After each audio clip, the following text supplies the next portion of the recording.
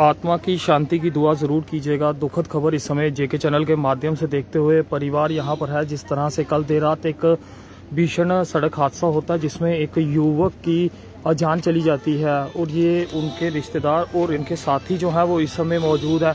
क्या नाम है आपका? मेरा नाम राजेश त्यागी है जी, थोड़ा ऊंचा बोलिएगा। क्या हुआ कल ये?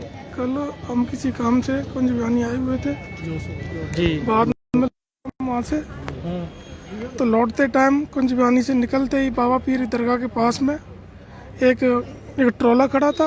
एक वो क्रेन थी, वो कोई सरिया वरिया लोडिंग अनलोडिंग कर रहे थे। तो हमारी गाड़ी जा रही थी, उनके जो सरिया था उसकी जो वो होगी अनबैलेंसिंग होगी, होने के कारण वो सरिया हमारी गाड़ी की तरफ आया। गाड़ी के जब वो ड्राइवर साइड में सरिये को लगा और गाड़ी कट के वो हो गया। क्या नाम था युवक और उम्र कितनी थी? युवक का नाम अंकित नाम था, उम्र अप्रोक्सीमेट 38 साल होगी, 33। आप क्या लगते हैं? मैं लड़के का चाचा हूँ। क्या हुआ ये हादसा? हादसा कल रात को जो घर से गया और अपने काम से गया था जम्मू में, तो वापसी पे जब ये आए उधर से काम लगा हुआ था, ये इधर नेशनल हाईवे का काम लगा है और उनका कोई आदमी उधर खड़ा भी नहीं था। परी महल के पास जो काम सरिया पार करना था उन्होंने उससे मशीन से, और वो सरिया उनका बैलेंस होके उनके सर पे लगा और उनकी डेथ हो गई। अभी वहाँ के रोड की कंस्ट्रक्शन पे जो काम कर रहे हैं उनकी तरफ से कोई बात की गई हो आपसे? उनकी तरफ से उन्होंने कुछ नहीं किया, कोई हेल्प नहीं की। रात को एक्सीडेंट हुआ, उनका काम था इसको जल्दी पहुंचाना, आधा पौना घंटा उधर ही टाइम वेस्ट हो गया उसका, और उसी वक्त वो जल्दी पहुंच जाता तो शायद बच भी जाता। अंकित जी के परिवार में कौन कौन और थे? उनकी मम्मी है, उनका भाई है, उनकी बीवी, फादर की तो डेथ हो गई है, अभी 1.5 साल भी होगा, 1.5 पौने 2 साल।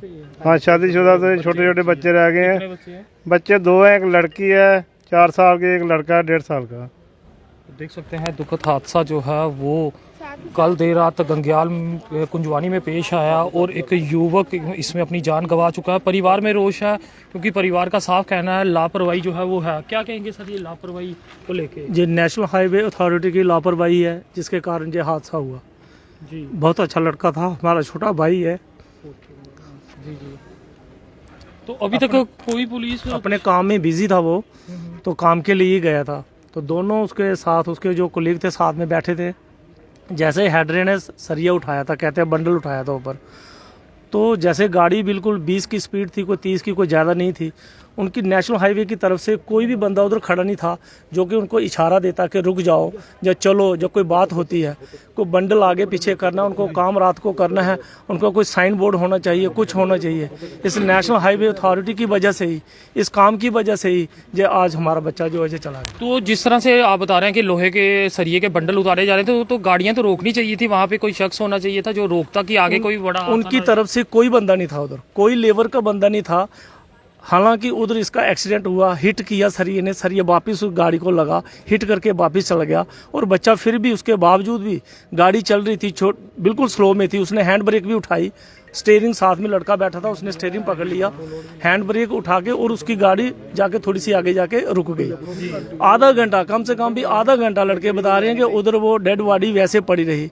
एक कोई सरदार जी निकल रहे थे, उन्होंने हेल्प की, उन्हें पुलिस वाले को बोला, फिर वो वैन एम्बुलेंस जो है पुलिस वालों ने बुलाई, तो वो लेके हॉस्पिटल आए। आधा घंटा उधर खड़े रहे, कोई बंदा नहीं, और वो अपना सरिया इकट्ठा करते रहे लेबर।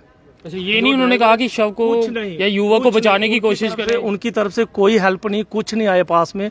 वो अपना सरिया काम करते रहे कि यानी कि कुछ नहीं हुआ, जैसे कोई जानवर होता कि मर गया तो मर गया जी। उनके साथ कौन थे कल? आप थे साथ?